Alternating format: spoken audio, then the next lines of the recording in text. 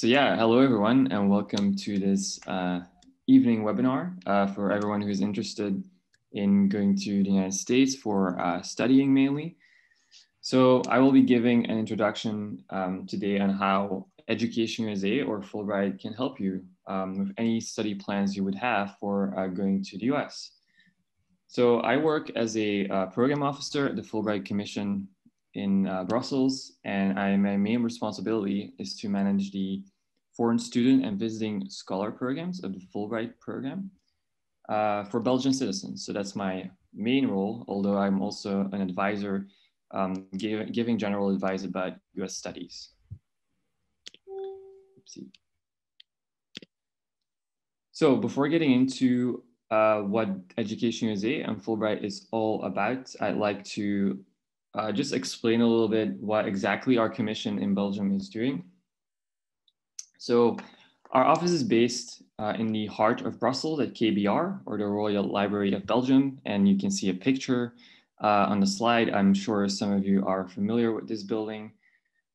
And at our commission, we work around two themes or pillars, if you will. So on one hand, we manage the Fulbright Scholarship Program for Belgian citizens who intend to study, conduct research, or lecture in the US. And we do that by awarding grants, starting from the graduate level, meaning, for example, when you want to do a master's in the US or sometimes even research as a doctoral researcher. We also happen to administer the Fulbright Schumann program, which is open to all European citizens. But then, of course, the main thing of today is that I'm going to talk about Education USA. So we have our Education USA Advising Center in Brussels, which is a service from the US Department of State. And it's basically a network from over 400 advising centers around the globe. So it's not only in Belgium.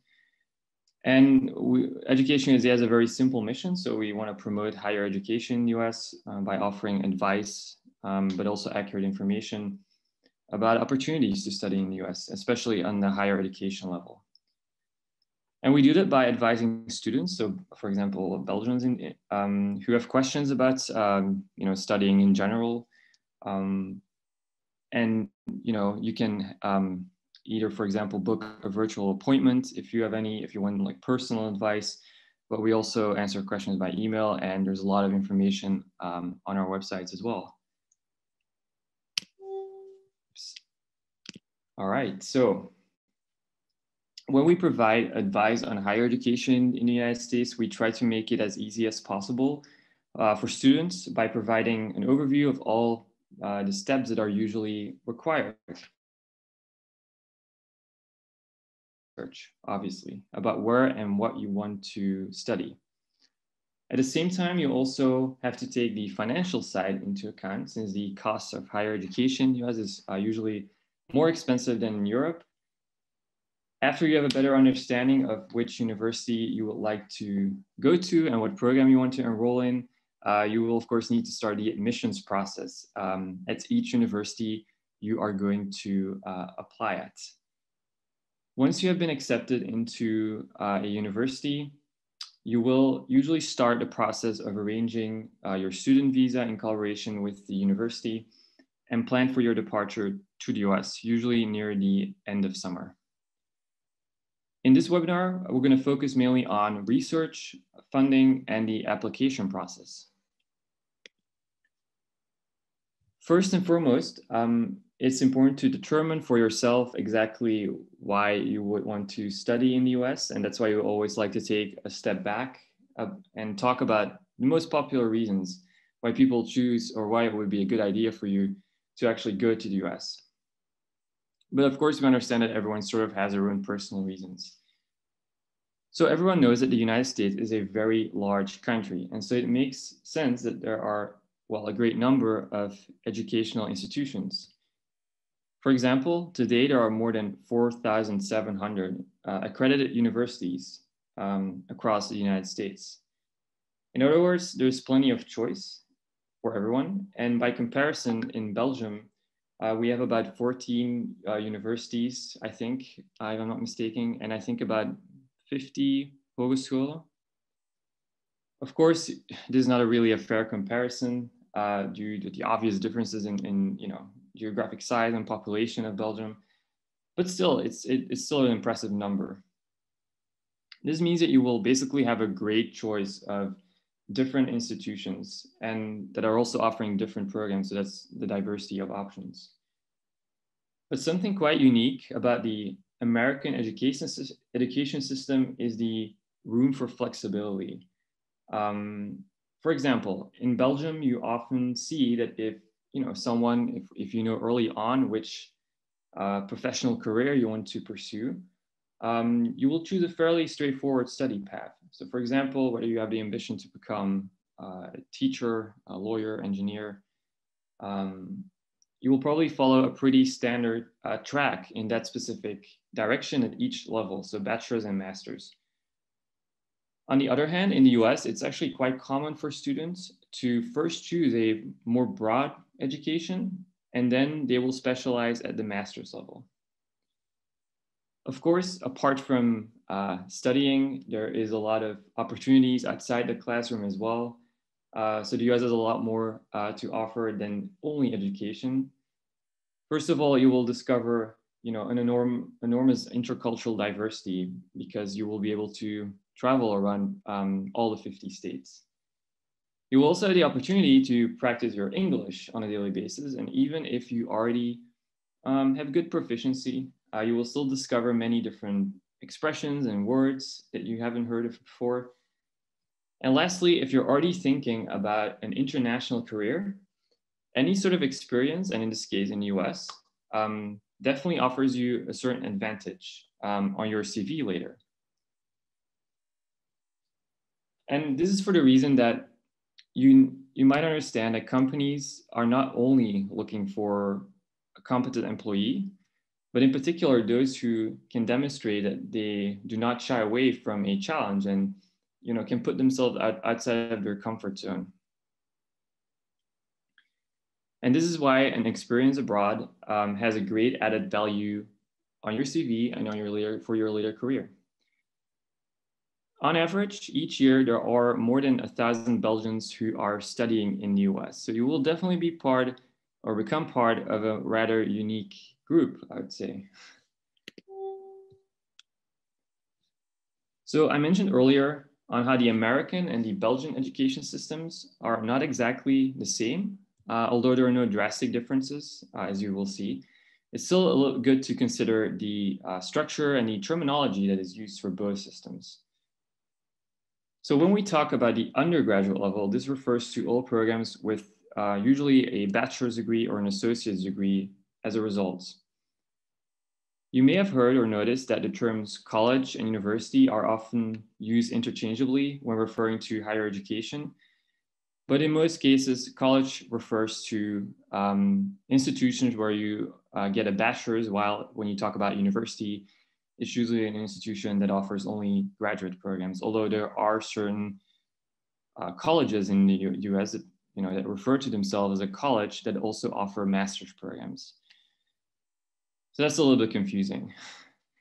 As you can see on this chart, a bachelor's degree in the US usually takes 4 years, as opposed to the 3 years, which is typical for Belgium. In addition to a regular bachelor's degree, you also have something called a community college. This is something pretty unique and doesn't really have an alternative in Belgium, I would say. People who enroll into such a college can sign up for a 2-year course that will lead to an associate's degree. This is not a degree that is equated to a fully fledged bachelor's degree. So these programs are usually more technical, less academically, but after this course, people have the opportunity to do another 2 years at a regular college or university and end up with a full bachelor's degree. This is also called the 2+2 system in the US. Then we have the graduate level, and as you can see, this consists of master's programs or doctoral programs, and even other tracks such as dental, medical, or law school. So an example, in the US, there is no specific law or medicine degree at the bachelor's level. So, in Belgium, we have a bachelor in medicine, for example. But in the US, students wishing to specialize in these professions will usually first complete a standard course at the undergraduate level and then apply for admission into a medical or law school. Although there are exceptions where, for example, you can do a pre-medical program before going to medical school, for example. Then we have some differences when it comes to master's degrees. So master's degrees come in different categories. So you have the MBA, which is a master's in business administration. Then you have something called the MA and the MS. So a Master of Arts is usually in literature or history or languages, while when you think about a Master of Science, so the MS is about more exact sciences. So for example, computer science or biology. Similarly to Belgium, although not always, most master programs in the US take 2 years, although there are exceptions where you can enroll into a 1-year program.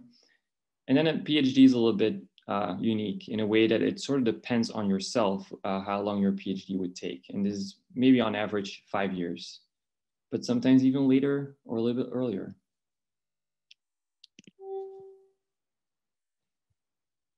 So how do you ultimately choose a suitable university in the US? So we already know that there are more than, well, 4,000 colleges and universities in the US. So whatever you may read online, there are not really official rankings of universities that objectively evaluate each university on how it would be better or worse than other universities. Of course, each institution is monitored for quality by independent organizations. Yeah, in other words, there are many factors that can determine which sort of setting is good for you. So therefore, we recommend when looking at universities to look at multiple factors. For example, their academic profile, what support services they offer. Of course, taking into consideration the cost if you will need to acquire funding. And of course, the overall experience by looking at the location. So this is a good starting point for you to list all the universities where you would like to study, and then list pros and cons. And remember that it is strongly recommended to submit an application to more than one university, usually even between 3 and 5 universities. In other words, it's not recommended to lay all your eggs in one basket, if you will, given how the high competition between students and some universities that can have either low or high admission rates.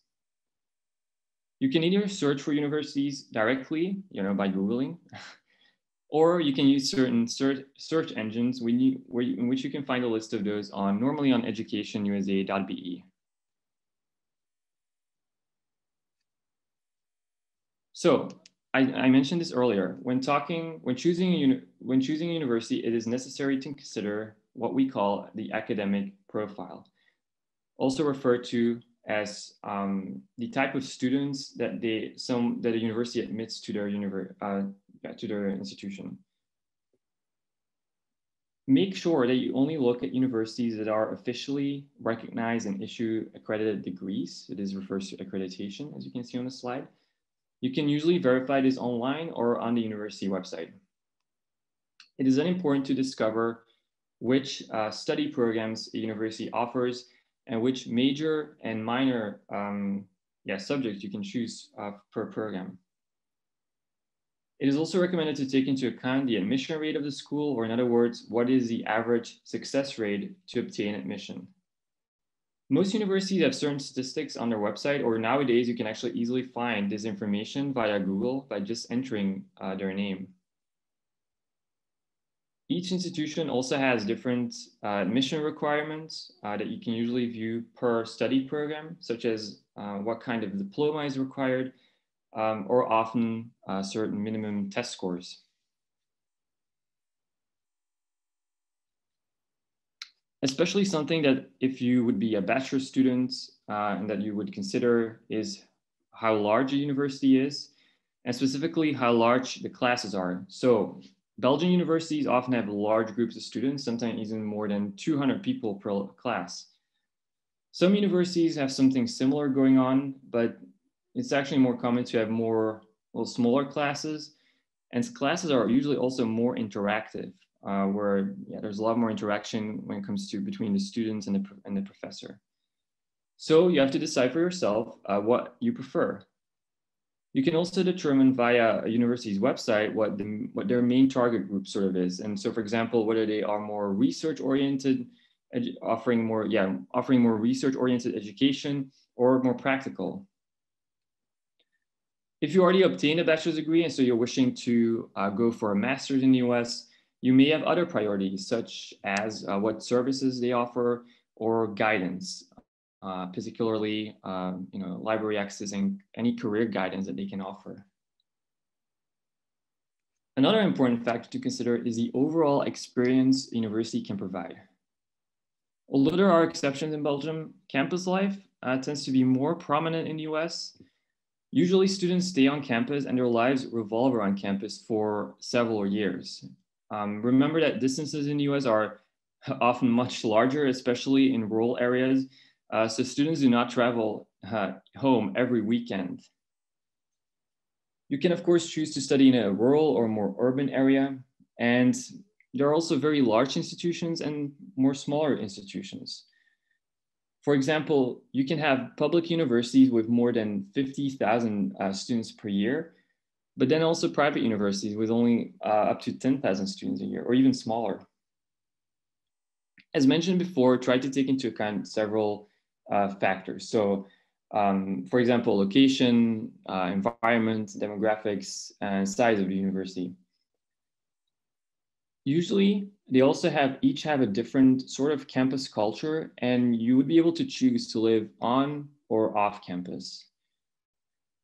As I mentioned before, keep in mind that distances are often more difficult to cover as public transport is often, less available. And then finally, ask yourself the following questions. So would you like to join certain sororities or fraternities, which is a typical student club, or any other sort of club? Do you do any sports or any sports that you want to practice while you're there? Normally, you should be able to find all this important information on a university's website. And then finally, in short, universities offer a wide variety of support services, especially for international students. This can range from career centers that can help you develop an American style resume, or even advise on internships. Or usually universities do a pretty good job at organizing welcome events for international students to get them familiar with cultural differences and just welcoming them to the US basically.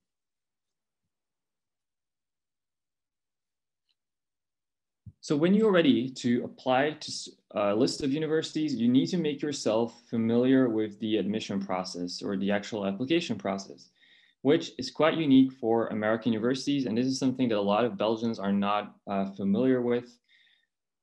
So, I mean, for example, in Belgium, it is most of the time not required to go through an extensive admission process, and you can simply, register with usually a very small number of admission requirements.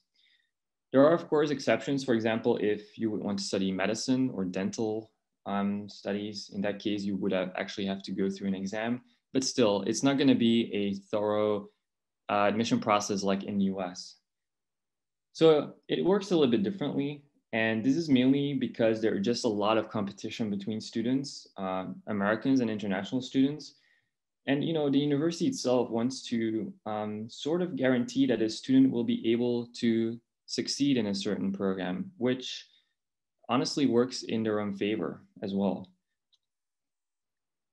As I said, most American and international students go through this so-called admission process when you want to enroll in any sort of degree program.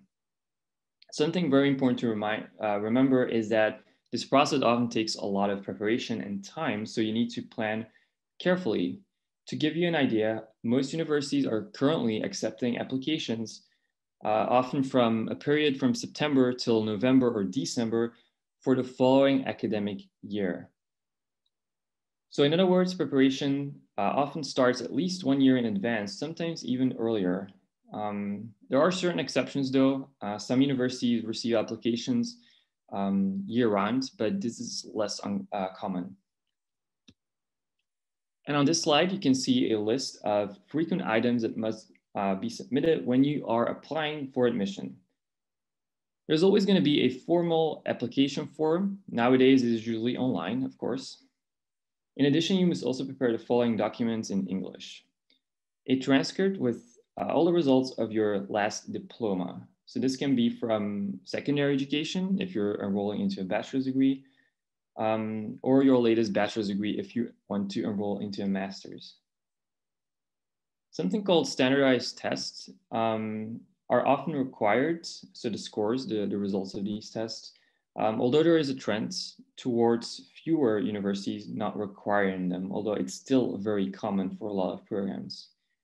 In this case, you will have to take an exam. For example, the SAT test, often for bachelor's programs, or the so-called GRE test, which is usually for master's degrees with a scientific aim. Usually you can check on their website which test scores are required per program. Of course, language skills are also important, and as an international student, you will also have to take very frequently an English exam, for example, the TOEFL test. Then one of the most important items in your application are the letters of recommendations and essays. So you will have to contact teachers, mentors, or professionals that you worked with for a recommendation letter. And you will have to prepare one or more essays in which you explain why you want to enroll in this specific program and make, well, your statement, your personal motivation, and your study goals clear. Finally, your CV is often required, which includes information about your education, professional experience, and skills, as well as, and this is very unique as well for the US, a list of extracurricular activities you have already participated in, and specifically any form of volunteering or community involvement. So in the US, it's very important to show what experiences you have outside of school. And all of these documents are part of what they call a holistic process to ensure a good match between you and the university.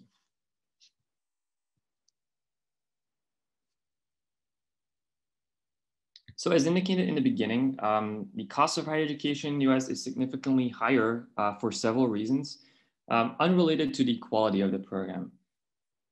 If you're looking at a public university, they often have lower costs because they are at least partly supported by the US Department of State, while private universities often have higher costs because they depend on contributions and tuitions from older students. Just to give you an idea, I would say higher education in Belgium is relatively affordable with annual registration fees of, I think it's between 800 and 1,000 euros per year. And that's even when you would not qualify for any subsidies, and it would be even lower. In the US, annual tuition fees can range for anywhere from $10,000 to as much as $50,000 per year, excluding living costs. So as you may think already, it's very important to properly budget all the expenses you would be looking at. And important to say is that you shouldn't forget to take into account both tuition costs, so the actual cost of instruction of the program, and of course, costs of living, for example, housing and meals. So when you register for any sort of bachelor's or a master's degree, you will always have to cover the so-called tuition, as I said, which is the actual cost of instruction per academic year. Just a small other example, if you, for example, would be a researcher who would want to go to US temporarily conduct research at a US university, and you would therefore not enroll into a degree-seeking program, you will not have the tuition cost. So that's an important reminder. Fortunately, there are a lot of ways to actually fund your studies. For example, grants or scholarships.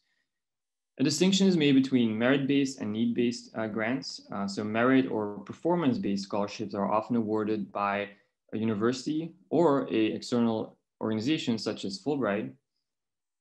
While need-based or financial aid is often awarded by universities themselves on the basis of financial need. So this would be, any financial need that you would need to demonstrate. Remember that you usually have to apply before or simultaneously for such scholarships while you are in the admission process. So definitely do not start thinking about applying for scholarships after the admission process, and that actually happens sometimes. Other possibilities to fund your stay can be student loans, a student job, but very often people will make a personal investment. So you are able to combine all sorts of resources. You have scholarships, loans, and of course, a significant amount of personal funds. Because ultimately you have to keep in mind that that you are investing in yourself, and especially in an experience abroad that you will carry with you forever and will be a very good value for later.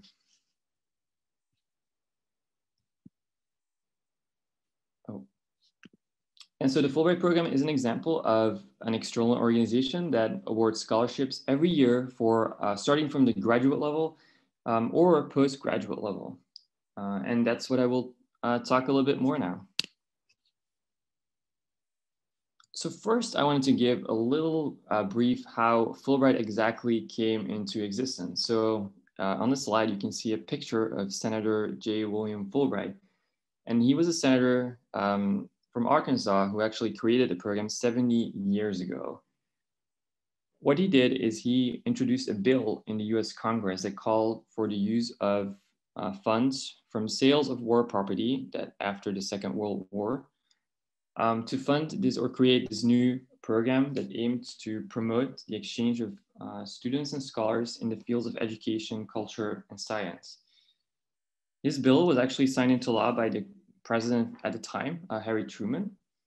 And 2 years later, we had the first exchange between the US and Belgium in 1948.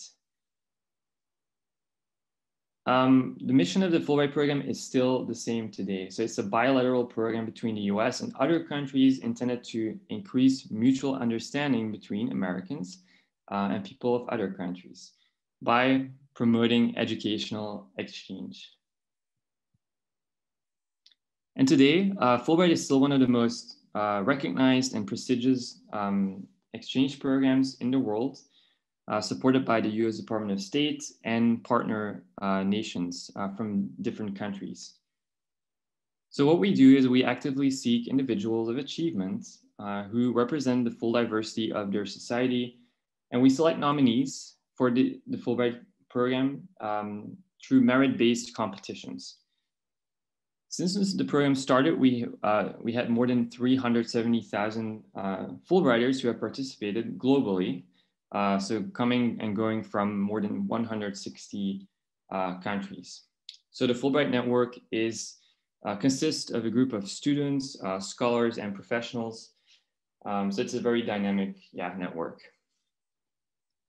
As I mentioned earlier, we administer the program for Belgian and Luxembourg citizens, but the program is administered worldwide by commissions or US embassies that administer the program for their citizens. So you would have a Fulbright commission, whether it's in France, Germany, or Japan. It's found all around the world. So let's take a look at all the available grants. So this is an overview. Of course, we're not going to go into detail about all different grants because we don't have time for that. But we offer grants in different categories. So for study, lecturing, or research in the US. So grants are available for students, scholars. We also have a special FLTA program, which is for young teachers who want to be a teaching assistant in Dutch, German, or French at a US university. We have a special program in collaboration with the US Embassy, which is the study of the US Institute, which is a summer program. And then we also have several partner awards. For example, a journalism award in collaboration with the University of Missouri, and many other partner awards. You can find all our grants, of course, on Fulbright.be. But in this webinar, I'm going to focus on the student grants.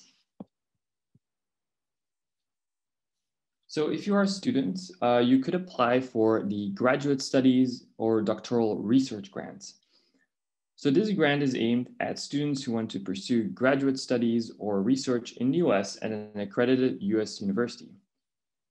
This usually takes the form of doing a master's, or for example, if you are currently a PhD student in Belgium, you can apply for a research semester or even a full academic year as a researcher at a US university.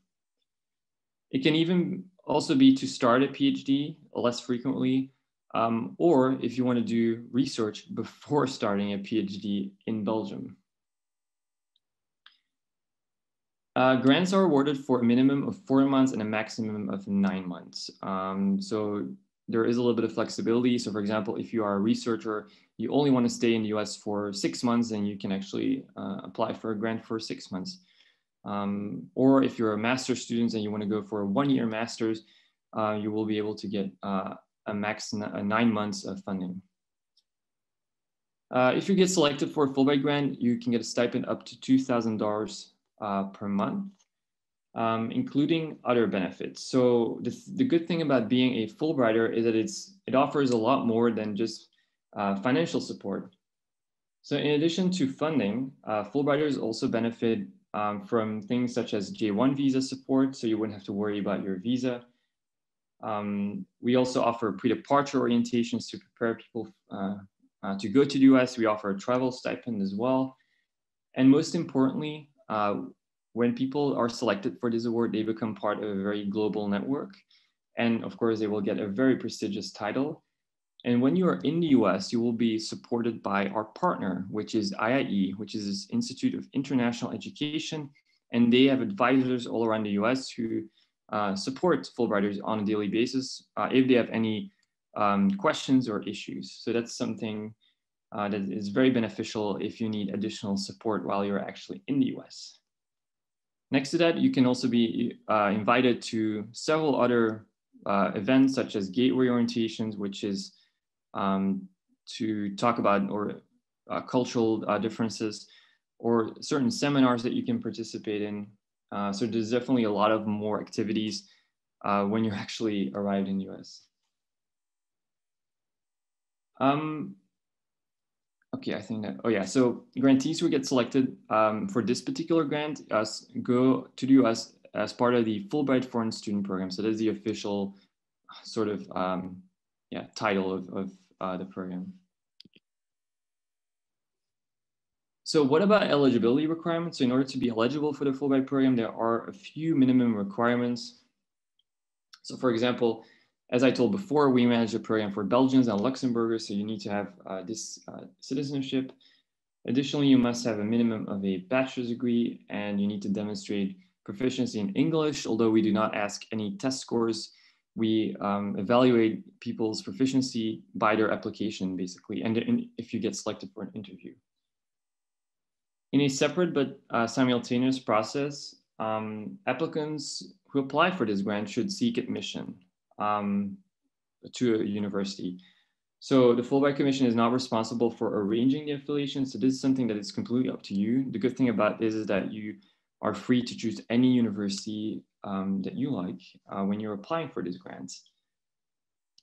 And also, you can see on this list, academic excellence. So in your application, you will be able to provide any sort of evidence for previous achievements, whether academically or professionally, although we do encourage everyone to apply regardless of whether you had a distinction or a high distinction. So motivation is equally as important as test results in our case. And of course, please make sure to check any other requirements, because some grants have stricter requirements. So this is usually explained very well on our website as well. Just giving a little bit of overview of the timeline. So applications to the Fulbright program are completed entirely online. So that's the application process. Nothing is done by paper, it's entirely online.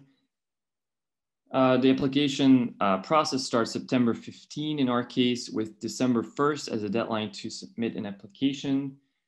As you can see, in late January, we invite the top-ranked applicants for an in-person interview, although this year that will probably not be an in-person interview for obvious reasons. In late February, people are nominated, so they will get their selection results. While in March, they still need to be approved by the Fulbright Foreign Scholarship Board. Eventually, when they are approved, we will work with them in April on their visa documents. And then most people will depart in the summer if they're starting in September, although there are exceptions. For example, researchers usually have more flexibility and they will start anywhere from September to even February sometimes. So they usually have more flexibility. While if you are a master's student, you will be tied to a certain academic calendar. So going from September till May, for example. So this is an overview of all the application materials. So next to completing an online application for the Fulbright grant, there are also some additional documents that you need to provide. The first thing being an Americanized resume. You can also, you can actually find a webinar that we did lately on our Facebook page. If you would type in Facebook, Fulbright Belgium, Luxembourg, Schumann, or just Fulbright Belgium on Facebook, you should be able to find our Facebook page where you can find a webinar on an American style resume because some people have a lot of questions on this. You will also need to upload a scan of your latest diploma and any transcripts. So a transcript is a list of all the courses you have taken and the exam results that you had. Next, you will also need to provide 3 letters of recommendation. And then also for our case, one of the most important documents is essays. So if you're applying as a student, you will need to write a study or research goals essay along with a personal statement essay. So the personal statement essay is basically, well, your personal story where you give more information about, you know, any goals you achieved or any significant interests or experiences, while the study or research essay is more focused on what you want to study or research in the US. Normally, you would eventually need to provide a letter of admission. Now, if you're a master's student, you do not need to upload your letter by December 1st because normally people do not have their letter that early. If you are applying for any master's program, usually you will get your letter of admission probably by March, April. So that's a couple of months later after the application deadline, which is fine. So we do not require a letter of admission on the application date.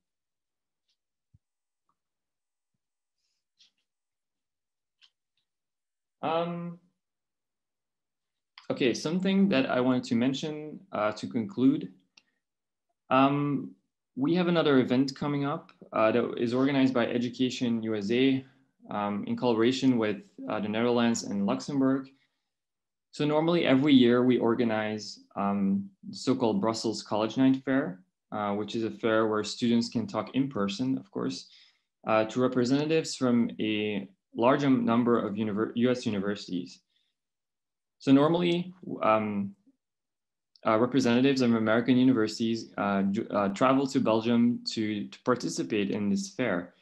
But of course, due to Corona, this year the fair will take place virtually on October 27th. So this event is usually very popular with students and their parents because you can ask personal advice and talk directly to someone from a US university.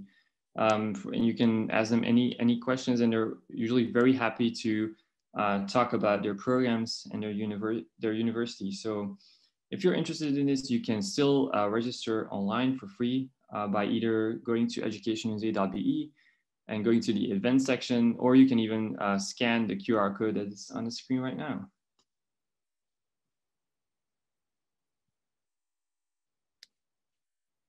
So if you have any further questions, we have 3 websites. So we have Fulbright.be, FulbrightSchumann.eu, and then educationusa.be, where you find a lot of information. If you have any other particular questions, you can also, after this session, of course, send us an email at info@fulbright.be. So I think we have some time left for questions. Thank you very much, Ging, for the presentation. So You can ask questions in the chat or just ask to be to have the floor. There's already one question here in the chat from Jacob. I'm going to read it. It says, "Hi Finn, I've got a question about the admission process. When working on my application, a lot of application services like Common App ask me for my middle school report. I'm in my last year of secondary school, but my report is very different from a typical US school report. How can I submit a valid school report nonetheless?" So I think this is referring to the transcript that I've talked about in the session. So yeah, that's true. Sometimes Belgian schools are unfamiliar with the requirements of US universities. Now, usually you should be able to, in some cases, you can actually provide an original transcripts of your exam or test results along with the translation in English. And in that case, you can actually make your own templates. I mean, there are templates available online. So that's something that's some people choose to do. So they give an original statement, their original transcripts, and then they provide their own translation in English, which provides context with certain exam results. Something, I'm not sure if it's relevant for this question, but there's something called GPA at US universities. And this is sort of the average score that someone had in their, in their final, when they complete, secondary education. This is something that you cannot really translate or convert from a Belgian score. So because GPA doesn't really exist in the Belgian system. So there's no point really to, you will find online converters for GPA, but that doesn't really work. So in most cases, US universities will understand that you're not able to provide a GPA score.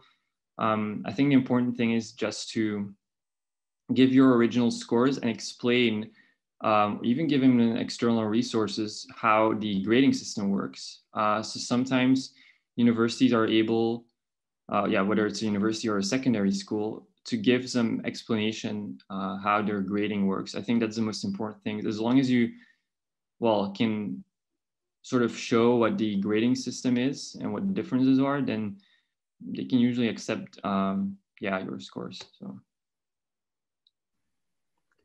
Thank you. I got another question from Sarah. I hope to go to the US as part of my PhD. Is an invitation letter from the host institution enough for the affiliation letter or acceptance letter? I'm not sure if I got the question exactly. Maybe I can see it myself as well.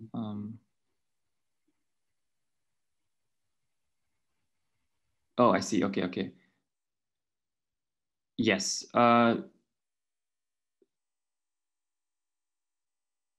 Yes. So when you are going to the US as a current doctoral student, then you will indeed just need an affiliation letter. So I'm not really sure. Do you mean? So I think this question relates to the Fulbright application. So yeah, in that case, just having an affiliation letter is sufficient. So maybe useful for you to know is the difference between an admission letter and an affiliation letter. So an admission letter is something that you will always get standard from the university. It's not something you have any say. It's a standard template. An affiliation letter sometimes is a little different because it's sort of unique per person, but usually it's just a confirmation that you are invited as a researcher at a certain institution for certain dates.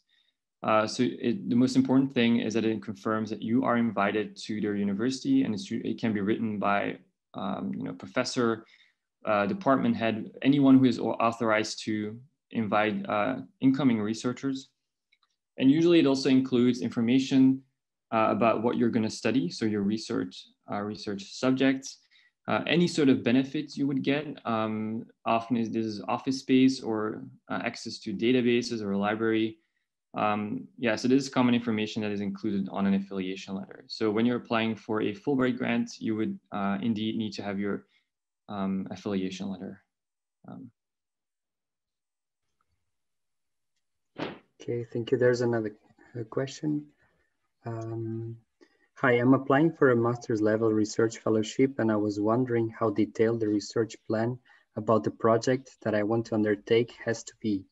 I suppose not as specific as PhD project plan, since I'm still in the middle of my master's program. Mm-hmm.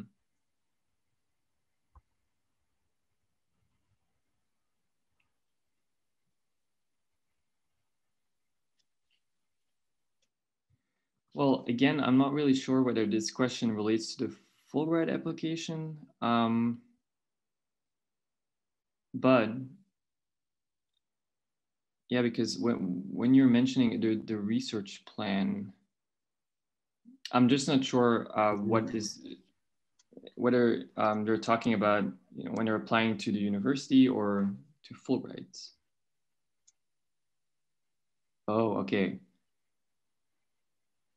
Well, I mean, I think that's rather a question for BAF because they have rather different, well, we have a lot of similarities, but maybe they have different requirements for their application. So I'm not really sure about that question. But I mean, if I can say anything, I mean, if you're applying for, yeah, Master's of Research Fellowship, then I guess it's not as detailed or as long as you would be a scholar. So maybe, for example, if you would be applying for a Fulbright grant as a student, as a researcher, you would need to write a one-page essay of your research goals, while if you would be applying as a scholar, which is a professor, somebody who has their PhD, you would need to provide, for us at least, a 5-page project statement, which would be obviously more, well, in depth than a one-page essay.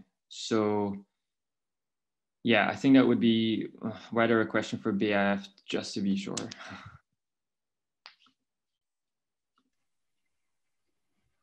Do we have more questions? Please write them in the chat.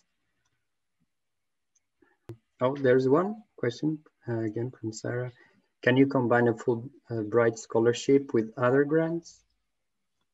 Yes, good question. Well, yes, the good news is that you can combine scholarships, other scholarship with Fulbright, at least from our side. So you will need to check with each scholarship organization itself, because some of them may have different requirements. Some of them may say, oh, well, we don't want combined scholarships. But from our side, you can combine a Fulbright with other scholarships. So for example, we've had grantees selected for our grant who got a Fulbright, who got a BIF, for example.